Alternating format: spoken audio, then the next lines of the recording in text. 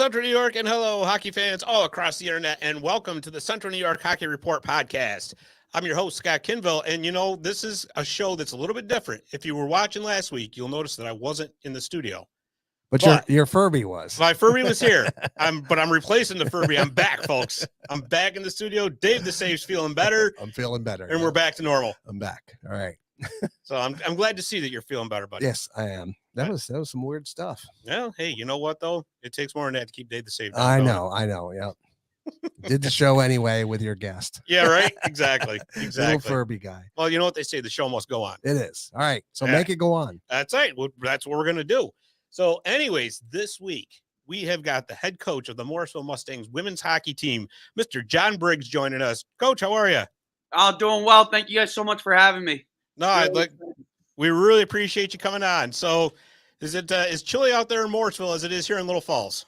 Oh yeah, it's freezing. Supposed to be reaching down to the single digits, I think, today and tomorrow. So not looking forward to that too much. No, not at all. But I guess, we're upstate New York. We're going to have to deal with it in January, right? Yeah. Should have expected it. Yeah, exactly. All right. So let's get talking some hockey here.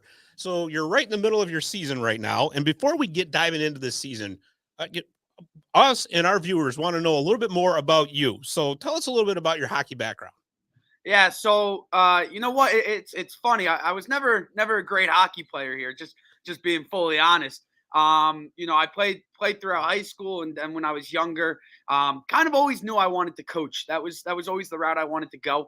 I have a lot of family that are involved in coaching, mainly on the figure skating side. So funny enough, I actually started off in figure skates before I put on the hockey skates for the first time. But once I put on the hockey skates, they never came off.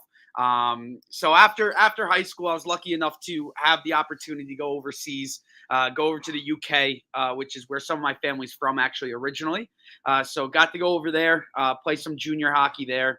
But about a year later, quickly after, I realized that, listen, it's not the career path for me. What is on the coaching side. So, I was just fortunate enough to realize that, sooner rather than later and kind of got into coaching at a pretty young age. So really fortunate that I was able to have all those experiences and get overseas and, be able to figure that out. So tell us a little bit about that because, most players, they'll play their junior hockey or, North America. So how did you end up in the UK? Yeah. So, like I said, I have family that's originally from over there. So my dad actually was an Olympic figure skater for Great Britain. His whole family runs a figure skating rink and a figure skating program over in the UK. So out of that same rink happened to be a junior and a professional Scottish National League team. So I kind of had some connections there, and that was pretty fortunate that I was, kind of put into touch with them. Right out of high school, I ended up going to Europe. So I really didn't want to spend much time away from school. Like I said, I was never the best hockey player, so it wasn't worth wasting too much time in North America trying to pretend I could play hockey and at a high level. It just wasn't in the cards. So when I got over there, it was pretty nice, pretty simple having those connections, and kind of got right stuck in it. So it was all good. No kidding. So what were some of the biggest differences that you noticed from the European game to the North American game?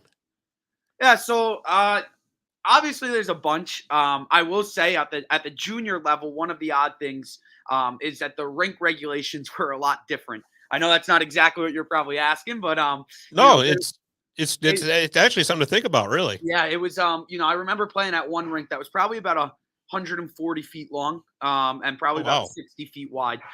So had to keep your head up on that one for sure. That one was a little bit hard hitting and it was a little bit different. But I would say, one of the things that surprised me most was the speed. The speed was there. You watch the Scottish National League and it was great to see that teams from over the UK, which obviously doesn't have a massive standing in hockey right now. It's growing. Right. See that the speed was there and that they had players that were competing at a really high level was good to see. So that was something I was surprised that wasn't too different than North America. Okay. Yeah, that's interesting. And you bring up the dimensions of the rinks because you're right. in the UK, I mean, hockey doesn't have the huge following that it does in the rest of Europe. So you're pretty much taking what rinks you can get, I'm imagining. Oh yeah, yeah. Travel was a lot, and but rinks were far and few between. Okay. Well, and you know what? Besides the hockey and the figure skating, I see you're also quite the golfer. Yeah, I definitely used to be quite the golfer. Kind of taken a step back since I've taken this job at Morrisville. But prior to taking this job, I was an assistant pro at two different golf courses for say about 6 years combined or so. So again, got into the business very young. COVID kind of propelled me into that business, and I was just kind of lucky to get into that spot that I was. All right. Well, that's very interesting that, you gave up becoming a professional golfer to become a professional hockey coach. So tell us about your first coaching jobs and how you got into all this. Yeah. So again, just was really fortunate with the age that I was when I started coaching, and the opportunities that I was afforded. So during COVID, I went to school at SUNY Cortland. I should probably mention that. So I went to school at SUNY Cortland once I transferred out of Europe. So I went to school at Cortland, and I was a sports coaching major. So once COVID hit, I was a junior at the time when it really hit and we got sent home. And I was like, okay, I'm going to complete my intern. Oh, yeah, a little glitch there. It's not my glitch. Nope. Might be just a little bit of a John's internet kind of going in and out. Kind of cut out a little bit here. So we'll give him just a second here to see if we can figure out what's going on there. But in the meantime, until that internet comes back in, that is really interesting. You think about it. I mean, that's definitely a different path. Right. Going over to the UK to play the game and to continue your career. So let me shoot him a text real quick here. I think I'm back. Can you guys? You're back. Okay, we're back. Hear you. Yeah. Oh, sorry. No, you're good.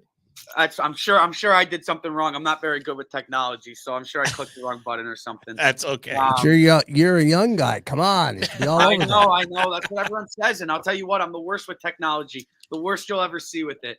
But listen, don't feel bad. That's why I got Dave over here, because I would be doing the same thing. It's all good. There we go. Should I continue, or are you good with me? So you went to SUNY Cortland. That's where it kind of cut out. Yeah, so I went to SUNY Cortland junior year. COVID hit real hard, and we were back home. Schools were kind of shutting down. Everything was online. So I was able to do my internship back at home, and there was a brand new women's hockey program starting, a varsity high school team, starting in Section 1, which is all the way down, Rockland County, New York. And named the Rockland Rockies. So it was their first year. They were looking for some help. So I ended up doing all my volunteer hours there. Had a ton of fun there, being a part of their first ever game in Section 1 history. And kind of got started there as my first full-time coaching job, full-time hour-wise and practice-wise. Then once COVID kind of stopped, and, stop being a loose term, but once we got back to school and we were back at Cortland, again, just kind of, right place, right time kind of thing. Walked into Rick Filiguero's office, the head coach over at Cortland, and now I was a senior, so I was still in school, full-time student. Walked into his office, all dressed up and with my resume in hand, ready to go. And he was like, "Hey, what do you want to do?" And I was like, "Listen, I'll hold the camera for 25 games. I just want to be involved. I love hockey. This is the career path I want to be." And fortunate enough, his assistant coach actually just left. So he was filled with he needed an assistant coach. He offered me that job and that opportunity. So, obviously I took that quicker than he offered it. Sure. And, right place, right time, though. Yeah, and that's how I got into that role. So that was about 2 years ago, my senior year. And then after that, I got hired for that full-time job once I did graduate with Cortland. So we had a bit of success over there. Obviously, not all the success we wanted, but a little bit. And, that kind of led me open when this job opened up at Morrisville. Definitely applied, again, fortunate that I was, given the opportunity to go through the interview process, get on campus and eventually, get the job. Yeah, for sure. And I mean, that must have been a heck of a process too, considering, Cortland and Morrisville are conference rivals. You were at Cortland for 2 seasons, I believe. Let's see. You got some accolades. We were there too. I think like a coach of the year. Is that correct? Yeah. Yeah, no, we did. I believe that was the first year, 2021, 22, I believe it was. So we had a really good season that year. We actually had two very good seasons. Again, it was a great learning experience, and to walk away with some some titles like that and stuff. Was obviously pretty nice. Very nice. Absolutely. So when you came to Morrisville this season, you also brought one of your former players with you. Yeah, Monica's fantastic. It's funny you mentioned that because again, she was kind of right place, right time. She wanted to enter the police academy. She ended up not getting her hip surgery that she needed. And funny enough, I just called her about a week after she knew she wasn't getting that hip surgery. I had no clue. And she was, again, really fortunate to get that opportunity. And I couldn't be happier. She's been doing such a fantastic job here. The girls, she's obviously younger than me, which is hard to do at this age, but she's 22. She's a year younger than me. And the girls love her. She's built relationships in that different way, being so young and just so fortunate to have her here. Wow. So you're only 23 years old? Yeah, only 23. My goodness. He's twice as I young as I am. Told you he was a young pup. but seriously though, that's got to be a pretty good advantage for you being younger. I mean, being almost right in that same age range, really, as your players, really. Oh yeah, no, it definitely is. Obviously, being up with the lingo and all that kind of stuff that all the girls have is definitely nice. I don't feel lost in the conversations when they're talking to me. But in general, no, me and Monica, we definitely have that advantage where we get to build relationships at a very high level with these girls. We understand what they're going through. We just got out of college. Monica understands that grind of being an NCAA athlete and being in school, and that's just something that's very unique for us. And I think our girls love it. And again, Monica just does such a good job with it. So just super fortunate to have her here. Yeah, I mean, I have two daughters at home, and I got to be honest. Sometimes I just got to look at my wife and say translate because I got no idea what they just said to me. Trust me, I'm only, like I said, I'm only 23, but even I get lost in the conversation sometimes. So I'm fortunate to keep up about 85% of the time. That's great. That's great. And I'm looking at the website here, and there's Jason Briggs is on your staff as well. He's a volunteer skating coach. Yes. Yeah. So that's my dad. Obviously we talked about it. I mentioned it before. He skated in the 92 Olympics for Great Britain. And then he ended up coming over to the US and training here. And,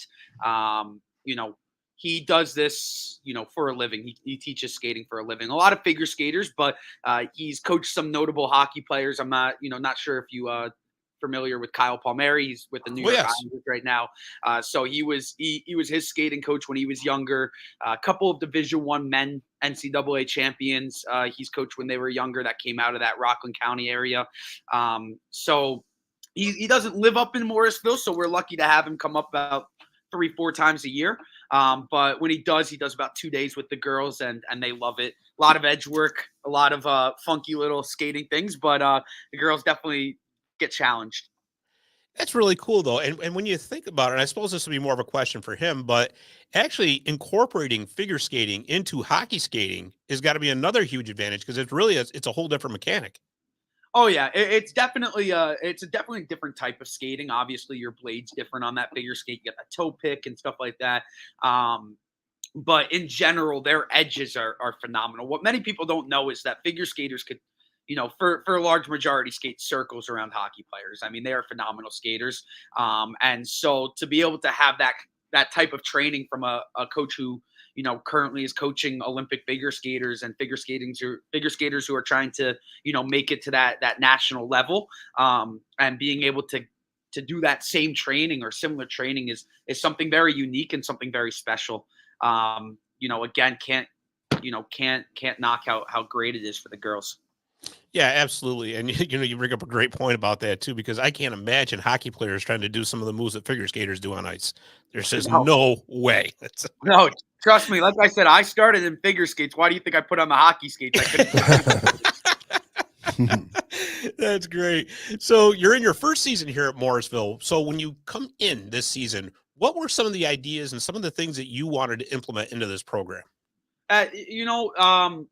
the biggest thing for me, being a young coach, we talked about it, being able to relate to the girls, having a young assistant coach. Biggest thing for me is that we built a strong culture of girls who wanted to be here. That was the most important thing. I felt as if, in the past, they definitely had their struggles. And coming in here, we just wanted to make sure that the girls understood, hey, listen, this could be a process, but how do we start this process? Right? We make sure everyone wants to be here. We make sure everyone's having the best college experience they could possibly have, and whatever I can do to make that college experience better is something that I'm willing to do. So we really dug deep on the cultural end, and we've really built a strong and different culture than I've ever seen before on teams that I've played or coached. Just with the way the girls treat each other, the way the girls are involved within the community, and the drive they have to get better, be here, and continue to get involved with the community. It's all pretty fascinating, and definitely something that we really tried to get going as soon as we got here. Yeah, absolutely. And that is so important to get buy-in from everybody because, I mean, sometimes you see it, they're looking at it more like a stepping stone. Okay, what's the next step? Okay, I'll do my thing here and then I'm going to go. That's so important to make sure that everybody's on board, like you just said. So this season, really, so far so good. You're 8-7-0. You're playing in a very tough SUNYAC conference. So I honestly, I don't think the SUNYAC gets enough credit for just how tough it is. Oh yeah, I agree. The SUNYAC itself is in my opinion, the best conference in the nation at the Division III level. I never shy away from saying that. I tell, every girl I talk to who I try to recruit, I tell them, listen, if you're going to be here, you got to get ready for battle 25 games a year. Having three teams who either have received those votes or are currently national ranked is something that's really special.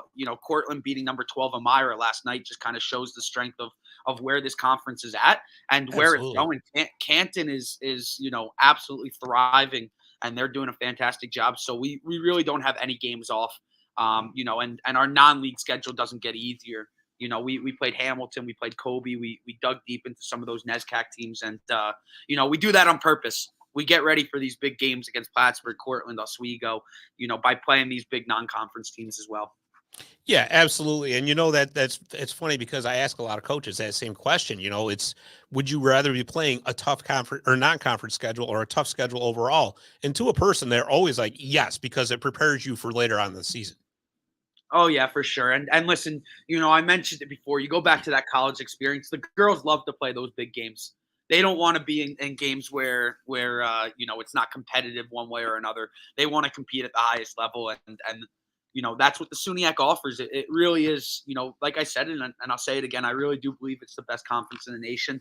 And I think it gets right now it's getting led by that team that has won a lot of national championships in Plattsburgh, and it's definitely a great contest. We just went up there this last weekend, and we battled hard, and we had a lot of fun. So that's what it's all about. Yeah, absolutely. And of course, having been at Cortland and now at Morrisville, you've made plenty of trips up there to Plattsburgh. Any hairy bus rides up there, given it's you're traveling through winter conditions? You know what? I we're pretty lucky. I don't think we've ever had to drive through the snow too much. I will say last year when I was at Cortland, it was it was that really cold weekend where the wind chill was ridiculous, and I want to say it was -40 wind chill up in Plattsburgh. Whew. So we were overnight that trip, and we had to keep the bus running the whole trip. We had to. It was a lot that went into it, but luckily we've never driven through a snow or blizzard, anything like that. So definitely a little fortunate with that. Yeah, no kid, right? And I almost stopped. You said, "Say no more," because I don't want to curse you. I know. I got to stop. Luckily, we've done the trip this year. We don't have to go, back up there for an overnight for another year. Yeah, no doubt, no doubt. All right, so like I said, winning record so far this season. What are some of the things that has impressed you the most about the play of the Mustangs this season? Yeah, you know what? I definitely don't want to sit here and take too much credit. Listen, it's the girls. The girls are doing the correct things off the ice, and that's translating to doing the correct things on the ice. We've been winning because of that hard work that the girls have put in. I think that really goes into exactly what I think impresses me the most, which is their work ethic. the amount that they want to get better, the amount that they want to compete at those high levels. The best games for them this year were those Kobe, Hamilton, Oswego, Cortland, Plattsburgh games where we had that high competition. That's what they look for most. That's what brings out their best games. So definitely that work ethic has really impressed me. And that's something that I think is, definitely hard to come by. It's not something every team has, and it's something that, again, just super fortunate to be able to walk into a place where the girls are willing to work at a different level and find a new gear as the year continues. Yeah, absolutely. It goes right back to what we were just talking about, everybody buying in. Oh yeah. Oh yeah, that's what it's all about. And having, we have a very small roster this year. Having 15, 16 skaters who are all bought in makes a big difference. Yeah, no doubt about it. So listen, the Mustangs are very involved in the community. They are. I mean, it's just impressive what you guys do. And this Friday, you got a huge game coming up. Your alma mater's coming to town, Cortland. You got the Make-A-Wish game. So tell us a little bit about that, if you would. Yeah, so really excited about this weekend. Make-A-Wish was something that we started back at Cortland. Rick does a great job with it, and it was something where we tried to get the league involvement and the league a little bit more involved. So one of the first things I did when I came over here, from a community perspective, was set up that Make-A-Wish game. So we're lucky enough that Cortland comes to us for our Make-A-Wish game, and then actually on Saturday we're going to be traveling to them for their Make-A-Wish game. The actual game itself is fantastic. All over our social media right now, if you look, we have some, stories of some, children who have gone through Make-A-Wish. One of our big things is to raise awareness for what Make-A-Wish actually is. A lot of people do think it's, for those terminally ill children. And don't get me wrong, that, definitely plays a part into it. But it's also for those children who don't have an outlet right now, who have to sit there and go through chemotherapy or go through something that is unimaginable for anybody. An adult, doesn't matter, children, an adult, it's unimaginable for. And they get that relief. One of our families who we talked to said it perfectly. It was the first time they felt like they could go and not put her disease at the forefront, and they could worry about themselves and have fun. And that's what Make-A-Wish really is. So, beyond raising the money that we try to raise, and beyond that, we really just want to raise the awareness for what it really is, and how truly amazing the work they do there is, and what it means for these children that don't have another outlet. So that's definitely one of the biggest parts. And then I mentioned it, we definitely try to find a competitive game where we could have a lot of fun as a team, while also hopefully raising a lot of money for this organization.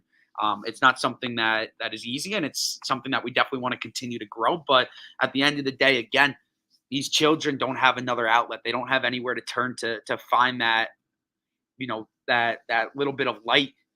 They don't see it all the time, and being able to help give them that light is something that, as a program and, as a team, we're really excited to do. Yeah, no doubt. I did not know that was an entire conference thing, the Make-A-Wish games. Yeah, sorry, I probably worded that incorrectly. At Cortland, we tried to make it a conference thing, and Okay. Oswego does a lot of fundraisers of their own, so it just didn't fully click with the whole league. But once I got here, we made it a Morrisville Cortland thing. So this year we play a back-to-back, and we'll be doing it back-to-back days. Their Make-A-Wish game, our Make-A-Wish game. Next year we're going to do the same thing. Again, it's about the kids. It's about trying to raise money for them. So, building that awareness that this is a great weekend in whole, but obviously this is fantastic for us as a program, and getting people into the game and getting the community involved is big on our end. Oh, no doubt about it. And is there a way, like on online or social media, for people to make a donation who say can't make it to the game? Oh yeah, for sure. So if you go on to our Instagram, which is Morrisville WIH, we will be posting on our story some baskets that we're going to be raffling off throughout the week. So if you have any interest in buying any raffle tickets, you just shoot us a quick DM, and we'll kind of get that going. If you do want to make any donations, again, my biggest recommendation would be to reach out to us via Instagram, or email me privately, which my email is on our website. So definitely something that you can find, and we can get that going. Anything is appreciated. At the end of the day, it costs $10,000 to make one kid's wish come true. And if we could even put a dent into that, that is our overall goal.